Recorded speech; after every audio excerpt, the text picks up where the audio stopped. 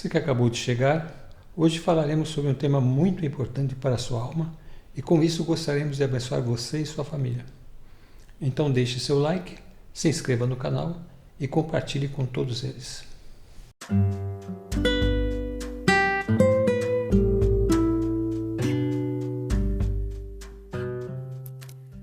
Olá pessoal, bem-vindos a mais um podcast Ciência da Alma. Olá, pastor. Olá a todos. É um prazer estar aqui com vocês novamente.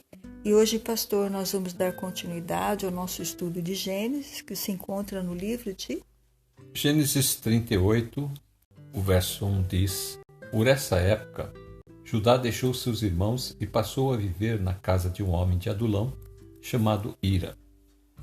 Ali Judá encontrou a filha de um cananeu, chamado Sua, e casou-se com ela.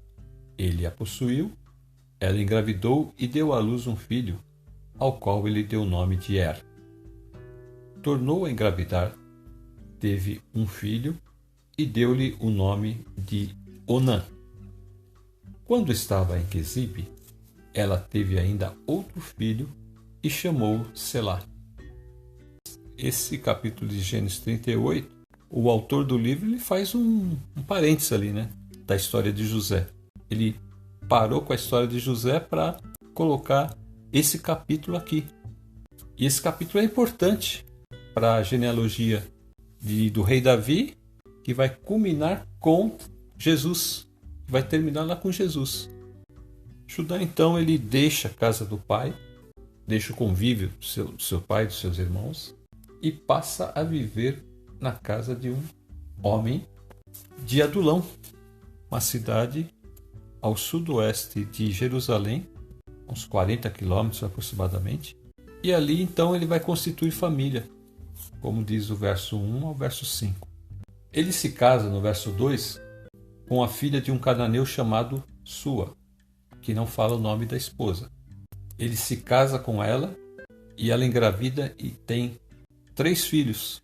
O mais velho é Er, o segundo Onã e o mais jovem chama-se Selá. A gente então vai perceber que ele preferiu deixar o pai e os irmãos para viver com uma pessoa que não tinha a mesma espiritualidade, ou seja, não adorava o mesmo Deus. Nós falamos no episódio passado que eles tinham a marca da circuncisão, mas eles precisavam ser circuncisos no coração. Então veja que quando Diná foi molestada, foi abusada pelos siquemitas, não é? A primeira coisa que eles falaram é que para que ele pudesse casar com a irmã deles, eles tinham que ser o quê? Circuncidados, não é? Então eles estavam mostrando que eles eram diferentes daquelas outras pessoas. Ali eles estavam mostrando para todos eles que o Deus deles era diferente. O Deus deles exigia que eles fossem circuncidados. Era um Deus diferente. Só que a atitude de Judá é diferente. Judá larga o seu pai, larga o seu Deus e vai morar com este camarada chamado, que era um amigo dele, chamado Irá, ou Ira.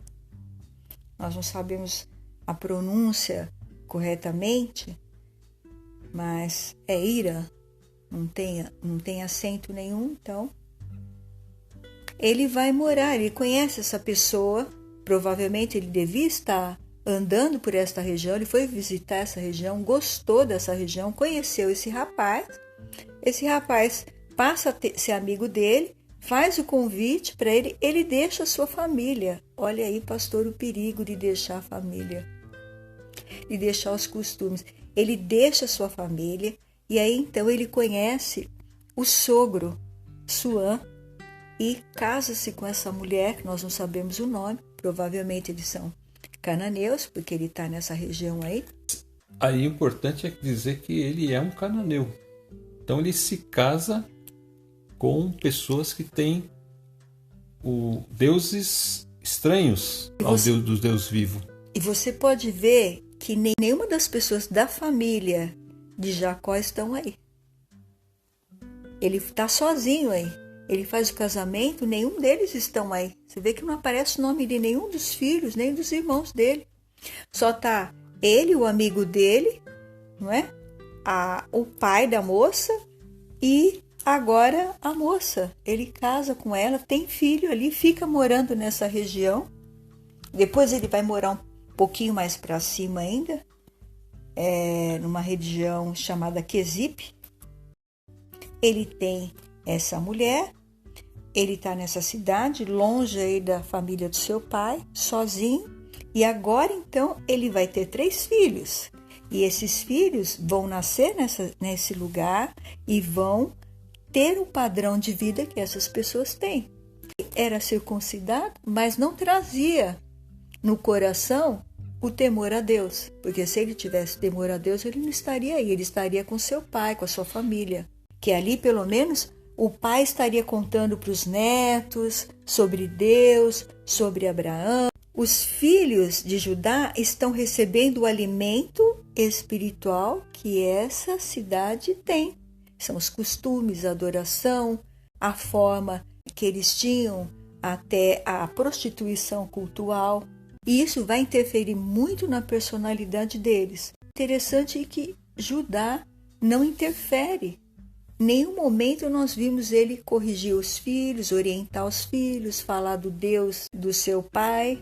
Para eles, pelo menos o texto não mostra isso. Ele está ocupado aí em estabelecer-se nesse lugar e criar sua família. E o que acontece, pastor? Justamente aí que você entrou na questão de que essas pessoas aí, esses 3 filhos, eles vão mostrar a partir de agora como a escolha de Judá foi temerária. Verso 6 do capítulo 38 de Gênesis diz que Judá escolheu uma mulher chamada Tamar para seu filho mais velho. Mas o Senhor reprovou a conduta perversa de filho mais velho de Judá, e por isso o matou. Então veja que ele vai buscar uma esposa para esse filho.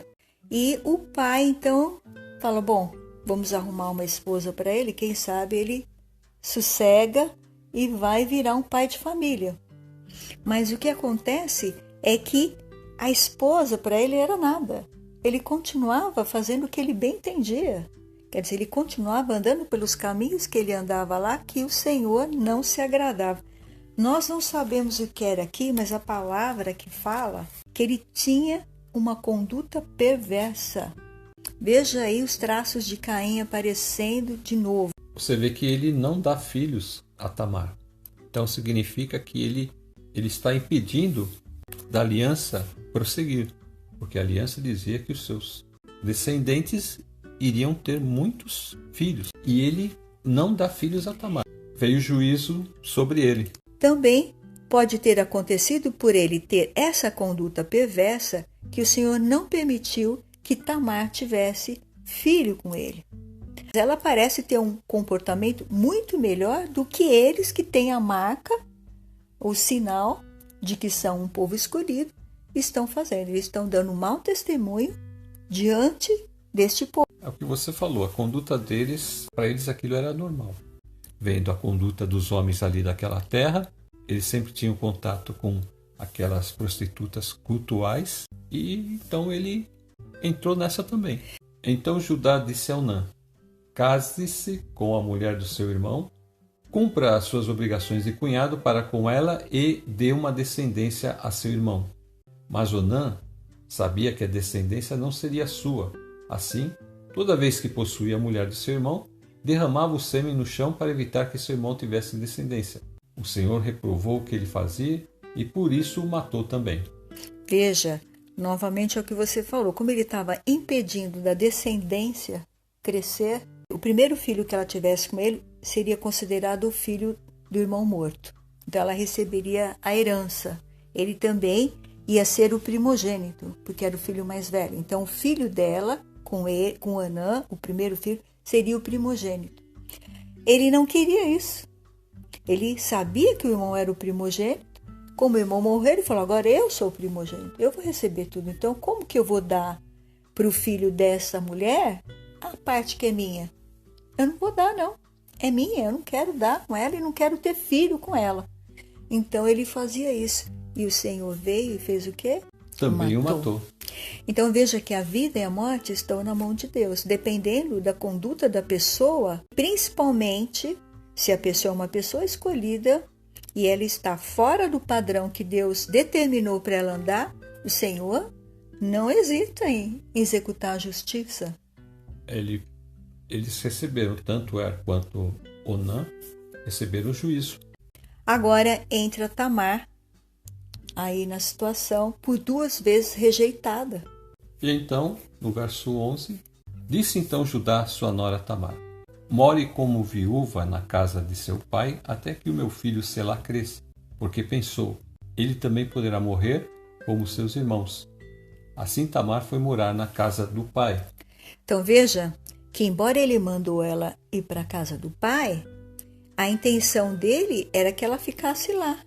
Porque ele falou assim, essa mulher deve estar amaldiçoada porque meus 2 filhos morreram. Ele não coloca a culpa nos filhos, ele coloca a culpa nela. É a mulher, não é a educação que eu dei, eu e minha esposa, não é nós que permitimos eles fazerem o que quisessem desde a infância, eles fazem tudo do jeito que eles querem, não é? Não, é a Tamar que é a culpada. A Tamar que é o problema. Então nós vamos mandar a Tamar agora para a casa do pai dela, porque se eu der esse filho, eu também vou perder, eu já perdi os outros 2. Ele só tinha um agora. Então ele ficou com medo. Quero selar. Ele falou, eu vou ficar aqui com o meu filho aqui e não vou dar para ela não, porque ele vai morrer. Ele não percebeu em nenhum momento que o que estava acontecendo com os filhos dele era juízo de Deus.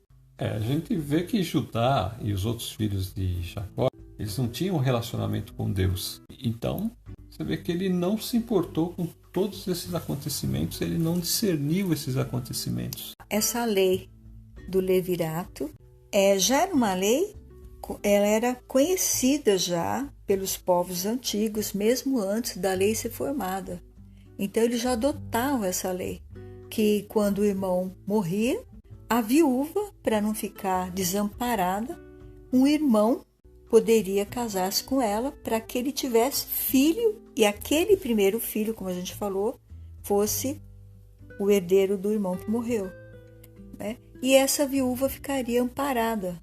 Ela teria a herança do marido que morreu e ficaria amparada.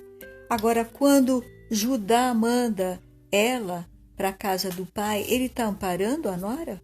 Ao contrário, ele está desamparando, né? Porque se ele não quisesse que ela casasse com o filho, ele podia ficar ali e dar de tudo para ela. Você vai ficar aqui, nós vamos cuidar de você. Mas ele sabia que se ela ficasse lá, ele teria que dar o filho, porque a lei mandava que ele desse o filho. Então ele mandou ela embora para não precisar cumprir a lei. Quem sabe ela indo, ela cai, faz alguma coisa errada e a gente pega ela.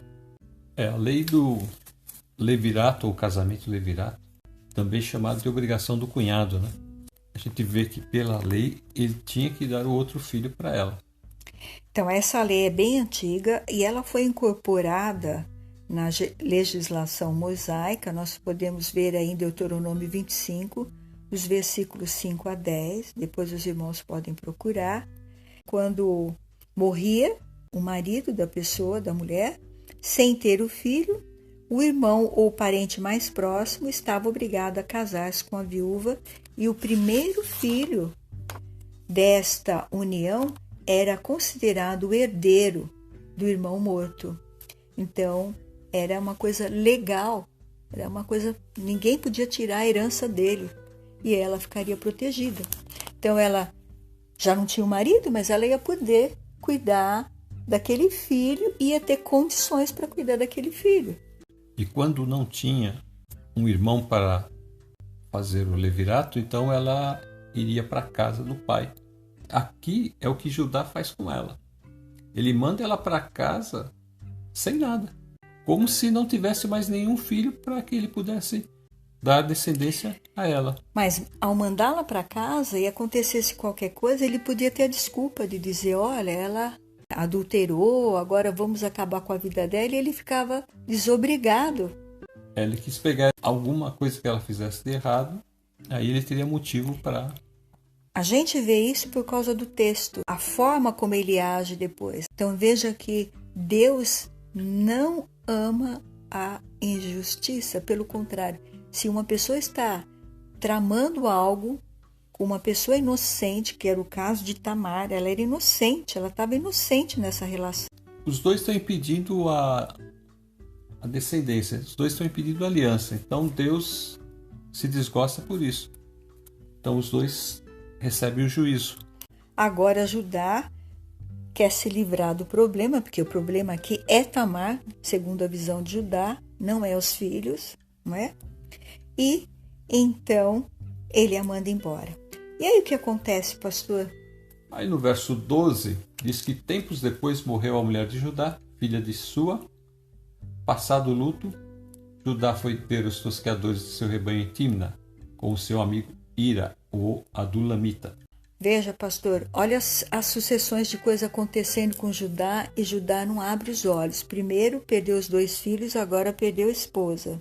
Depois que ele mandou a nora embora, ele já perde a esposa. Quer dizer, ele fica completamente sem nada. Ele só tem um filho, mas já não tem esposa. E tem esse amigo aí. Esse amigo está em vários momentos na vida dele, não é? E no verso 13, quando foi dito a Tamar, seu sogro está a caminho de Timna para tosquear suas ovelhas, ela trocou suas roupas de viúva, cobriu-se com um véu para se disfarçar e foi sentar-se à entrada de Enaim, que fica no caminho de Timna. Ela fez isso porque viu que, embora Selá já fosse crescido, ela não lhe tinha sido dada em casamento. Então, essa cidade aí, Timná, ou Timna, ela ficava situada nas cercanias de Bet-Semes, na fronteira entre Judá e Dan, de acordo com Josué 15:10. Né? E é interessante que ele está ali tosqueando, né, as ovelhas, e ele vai se encontrar com essa prostituta. Mas antes da gente falar desse encontro, vamos aqui agora analisar Tamar. Tamar está lá, olha, eu tive o meu primeiro marido, morreu. O segundo marido, morreu. Meu sogro me prometeu me dar o terceiro filho, que seria o certo, o correto, dar o Selá, mas ela tinha que esperar ele crescer.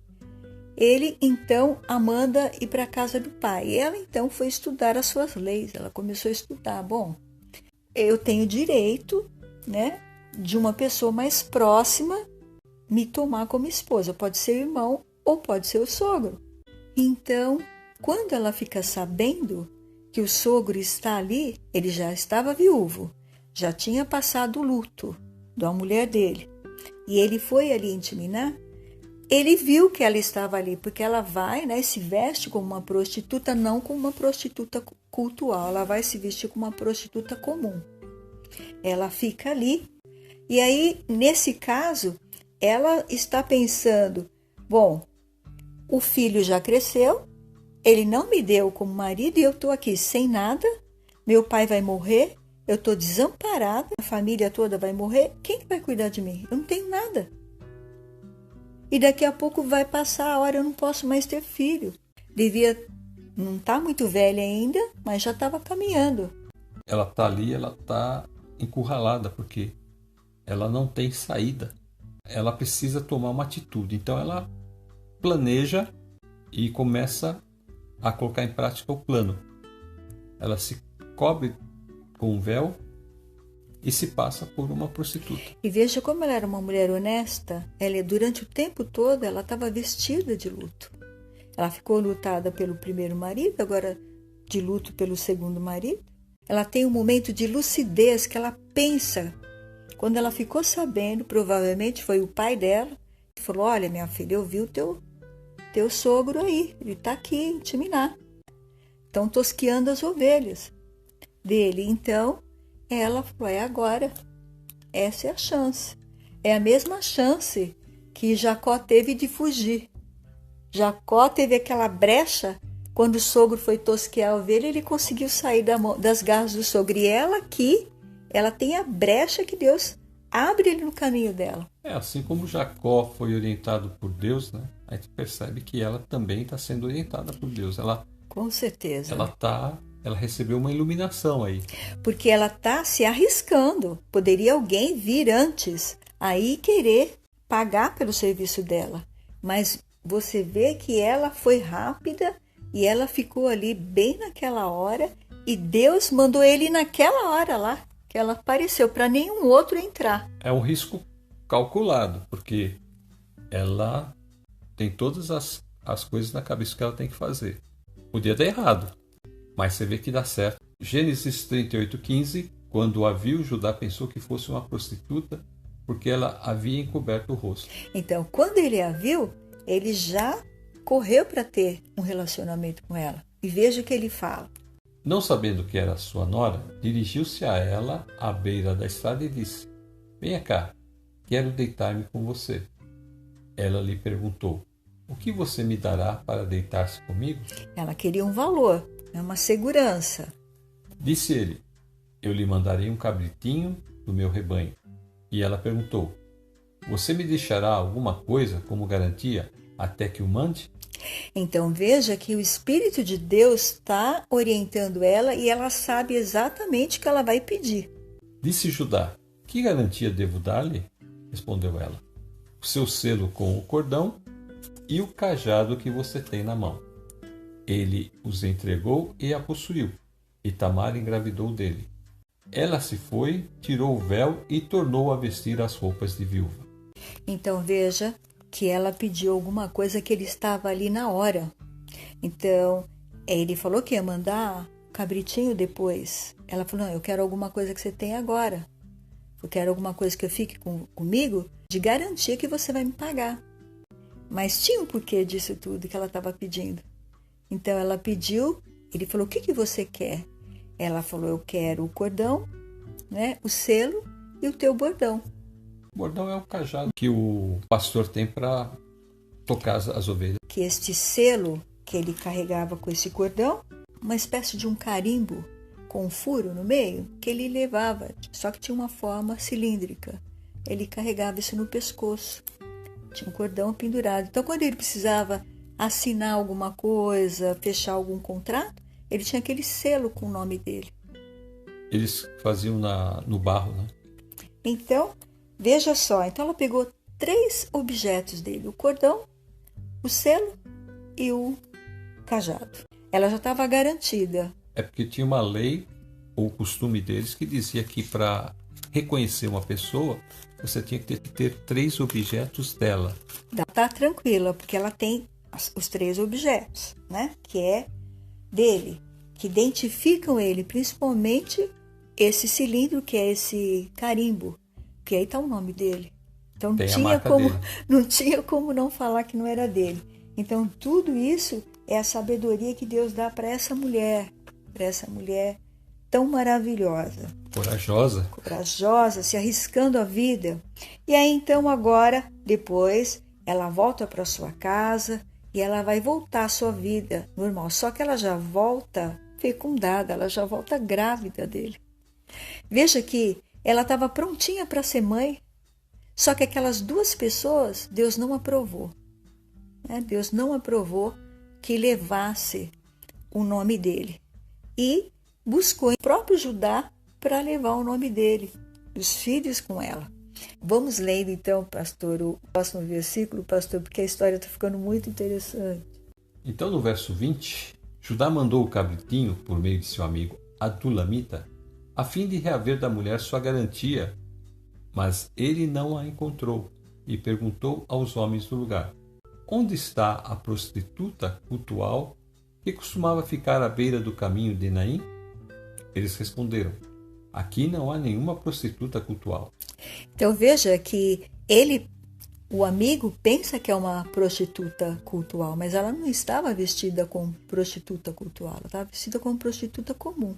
É que o amigo não a viu, então ele pensa que é uma dessas prostitutas cultual, mas o povo diz ali, aqui não há nenhuma prostituta cultual. Não era um lugar onde elas ficavam, não é? Assim ele voltou a Judá e disse: Não a encontrei.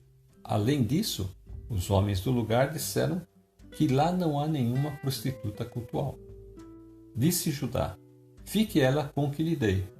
Não quero que nos tornemos motivos de zombaria. Afinal de contas, mandei a ela esse cabritinho, mas você não a encontrou. Cerca de 3 meses mais tarde, disseram a Judá: sua nora Tamar prostituiu-se, e na sua prostituição ficou grávida.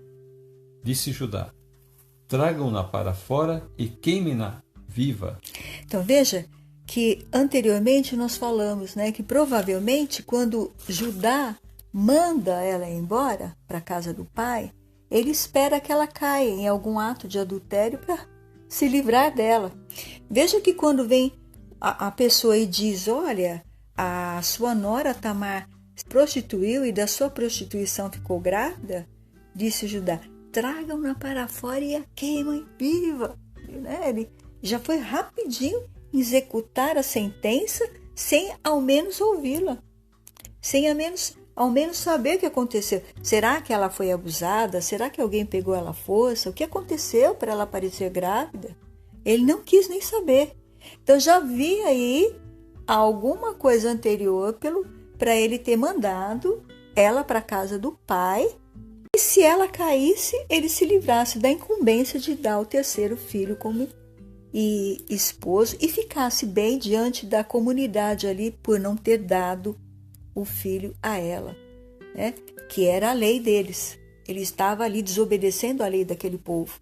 No verso 25, quando ela estava sendo levada para fora, mandou o seguinte recado ao sogro: estou grávida do homem que é dono destas coisas. E acrescentou: veja se o Senhor reconhece a quem pertencem este selo, este cordão e este cajado. Então, olha aí, volta aqui no versículo, no 25, veja o que ela fala. Quando ela estava sendo levada para fora, sem nenhum julgamento, sem o sogro a ouvir, sem deixar ela se defender, então ela disse o seguinte recado, ela mandou o seguinte recado: eu estou grávida do homem que é dono dessas 3 coisas. E acrescentou: veja o Senhor, vê essas coisas e reconhece a quem pertence este selo, este cordão e este cajado. Glória a Deus, não é? Olha o que ela está mandando. Olha, veja se o Senhor reconhece a quem pertence este selo, este cordão e este cajado. E aí, pastor? Ao checkmate agora. Deu checkmate nele. Veja aí o que aconteceu. Judá os reconheceu e disse: ela é mais justa do que eu, pois eu devia tê-la entregue a meu filho Selá. E não voltou a ter relações com ela. Então ele foi desmascarado, ele foi humilhado, porque ele preparou, né, uma artimanha aí para ela cair, não é? Já vamos queimar, já vamos acabar com tudo, eu não quero mais saber dessa mulher na nossa vida, porque ela trouxe azar, meus filhos morreram por causa dela, não vou entregar meu terceiro filho. E aí então Deus desmascara: olha, você é que é o pai. Então ela não teve relação com mais ninguém, ela é honesta, mais honesta que você, mais honesta que seus filhos que morreram. Ela é muito mais honesta, você que é marcado pela circuncisão e que não tem nenhum relacionamento com Deus, ela é mais honesta que você, Judá. E você querendo fazer mal a ela. E aí então, pastor, as coisas começam a acontecer agora para Tamar. Tamar foi reconhecida que não é adúltera, que ela não fez nada de errado, ela estava pedindo a um direito, e aí agora o sogro entrou como aquele que deu os filhos a ela. E aí veja o que acontece, pastor. Quando lhe chegou a época de dar à luz, havia gêmeos em seu ventre. Enquanto ela dava à luz, um deles pôs a mão para fora. Então a parteira pegou um fio vermelho e amarrou o pulso do menino, dizendo: este saiu primeiro. Mas quando ele recolheu a mão, seu irmão saiu e ela disse: então você conseguiu uma brecha para sair? E deu-lhe o nome de Pérez. Então aquele que ela pensava que ia sair primeiro, ela amarrou a fitinha, ele recolheu a mão para dentro e quem saiu foi o outro, porque provavelmente esse que estava com a mão para fora não estava na posição Mas o Pérez, olha que bonitinho, o Pérez já estava na posição certinha. Enquanto o outro estava todo estabanado lá dentro, não ficou na posição certa, o Pérez já ficou prontinho, com a cabecinha já na função de nascer. Na hora que o irmão recolhe a mão, ele nasce. Então, o que nasceu em segundo é o que tinha fita e não o primeiro. Então, deram o nome dele aí de que abriu o caminho, né? Ele abriu um caminho para passar, porque ele estava pronto. É aquele que surge ou aquele que abre o caminho. Então, como ele já estava prontinho para nascer, porque ele ficou na posição certinha, ele nasceu primeiro. E ele deram o nome a ele de Pérez. E o segundo... Depois saiu seu irmão que estava com o fio vermelho no pulso e foi-lhe dado o nome de Zerá. Aí Zerá já tem um nome mais feliz, né? Mais abençoado. Então, já é um nome diferente. Eles deram preferência de dar um nome mais feliz para Zerá do que para Pérez. Mas o importante aí é a escolha que Deus faz e não o homem. Deus escolhe os filhos dessa mulher para entrar na genealogia de Jesus. Não escolheu nenhum filho de Judá com a outra mulher, nem o Selá entrou na genealogia de Jesus. Nesta genealogia de Mateus 1:1, nós vamos ver a partir do verso 2 que Abraão gerou Isaque, Isaque gerou Jacó, Jacó gerou Judá e seus irmãos. Judá gerou Pérez e Zerá, cuja mãe foi Tamar. Pérez gerou Esrom, Esrom gerou Arão. E a gente vai ver então que, além de Tamar nessa genealogia, existem mais duas mulheres que também entram nessa genealogia, que é no verso 5, que diz que Salmão gerou Boaz, cuja mãe foi Raabe, aquela mulher de Jericó. Ela era uma prostituta. Nós não sabemos como ela se tornou uma prostituta. Ela pode ter sido abusada. E aí, então, ela foi trabalhar e ela sustentava a família dela. E o Senhor a salvou, porque ela ajuda o povo de Israel aí. E ela deixa a prostituição para servir o Deus vivo. É uma mulher forte como Tamar. E ela, então, se casou com Salmão, gerou Boaz. Boaz gerou Obed, cuja mãe foi Ruth. Então aqui tem outra mulher. Ruth, a nora de Noemi. Ela se casou com Boaz, gerou Obed. E Obed gerou Jessé. E Jessé gerou o rei Davi.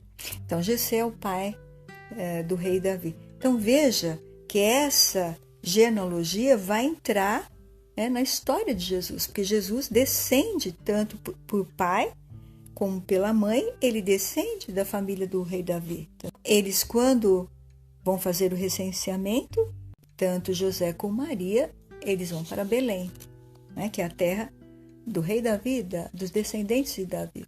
Mas o que é importante aqui nessa genealogia é mostrar que essas três mulheres gentias, ou seja, que não eram mulheres da nação israelita, elas entram nessa genealogia. Por quê? Porque era plano de Deus também trazer a salvação aos gentios. Elas representam o povo gentil. Então a gente percebe que Deus, ele elege a quem ele quer. Como a gente já falou em outras vezes, ele sabe o que acontece. Efésios 1:11, nele fomos também escolhidos, tendo sido predestinados conforme o plano daquele que faz todas as coisas segundo o propósito da sua vontade.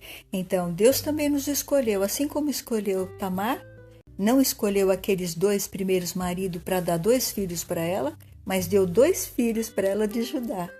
Os 2 filhos que foram negados, o Senhor deu para ela através de Judá, porque era a promessa de Deus. E o Senhor também nos escolheu, nos predestinou, porque nós cremos no plano dele, no plano do Salvador de seu Filho.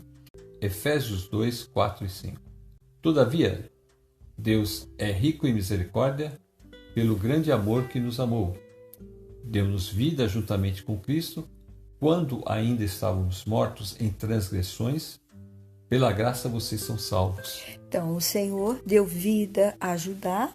Quando ele estava mergulhado no pecado, sua família toda destruída, o Senhor veio trazer, através de Tamar, as 2 bênçãos, que veio trazer toda a herança de reis para ajudar, para o povo de Deus. E agora então o Senhor também está mostrando aí que juntamente com Cristo, Ele nos deu vida. Nós também estávamos no pecado, destruídos como a família de Judá. E o Senhor nos deu vida. Então nós somos salvos pela graça de Deus, pela vontade de Deus. Efésios 2:8, pois vocês são salvos pela graça, por meio da fé. Isso não vem de vocês, é dom de Deus. E ele fala não por obras, para que ninguém se glorie. Quem deu o meio de nós nos livrarmos da condenação eterna foi o próprio Deus. Então nós somos salvos pela graça de Deus por meio da fé. E Deus fez isso também com Tamar. É quando a gente fez um episódio que a gente falou, né? E Jesus falou para eles que a obra de Deus era crer naquele que Ele enviou. E eles perguntavam para Ele, o que nós temos que fazer? Quais as obras que nós temos que fazer para agradar a Deus, né? E Jesus falou para eles, a obra de Deus é esta, crer naquele que Ele enviou. Para que ninguém se glorie, porque tudo é realizado por Deus. Então esta mulher tinha achado graça aos olhos de Deus. Deus amou Tamar. E Deus cuidou dela, e Deus sabia que ela tinha um desejo tão grande de ser mãe, que Deus não deu um só, deu 2 filhos para ela abençoados. Glória a Deus. Ali, desamparada, ela deveria estar vivendo uma vida muito triste, porque ela não via perspectiva. Mas, no momento, Deus abriu aquela brecha que você falou, deu aquela brecha. Foi o momento certo. Foi naquele momento, ela se segurou naquilo, falou, agora é hora de agir.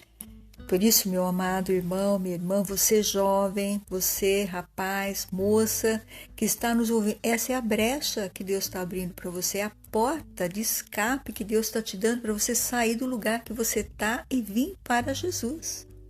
Porque Jesus é o único que pode mudar a sua vida. E quem faz isso é Deus. Você não tem condição de mudar a sua vida. Só Deus pode mudar. Deus mudou a vida de Tamar quando ela pensou que estava tudo acabado. Ela estava numa situação difícil e aí então Deus faz essa obra poderosa que depois vai culminar com a descendência de Jesus, né? Romanos 9:16, portanto, isso não depende do desejo ou do esforço humano, mas da misericórdia de Deus. Então, o que não depende do esforço humano é a salvação. Porque a salvação só depende de Deus, do sacrifício que Jesus fez lá na cruz, não tem outra forma. Isso não depende do desejo ou do esforço humano, mas da misericórdia de Deus. Deus faz conforme o verso 18 diz. Portanto, Deus tem misericórdia de quem Ele quer e endurece a quem Ele quer. Exatamente. Usando o livre-arbítrio, quer dizer, Deus conjuga essas coisas, o livre-arbítrio e o plano dele. Ele consegue fazer isso. Então o próprio Judá teve que falar, olha, ela foi muito mais correta do que eu. Eu agi de má fé com ela e ela agiu corretamente. Teve que dar mão à palmatória. E todos que estavam ali para queimá-la ficaram sabendo que o pai era aquele que mandou queimar. Olha como ele foi humilhado.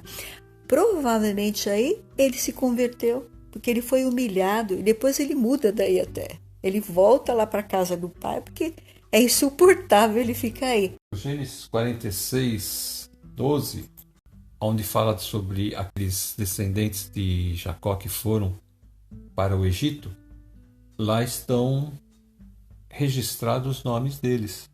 Então Gênesis 46:12 diz assim: estes foram os filhos de Judá: Er, Onã, Selá, Pérez e Zerá.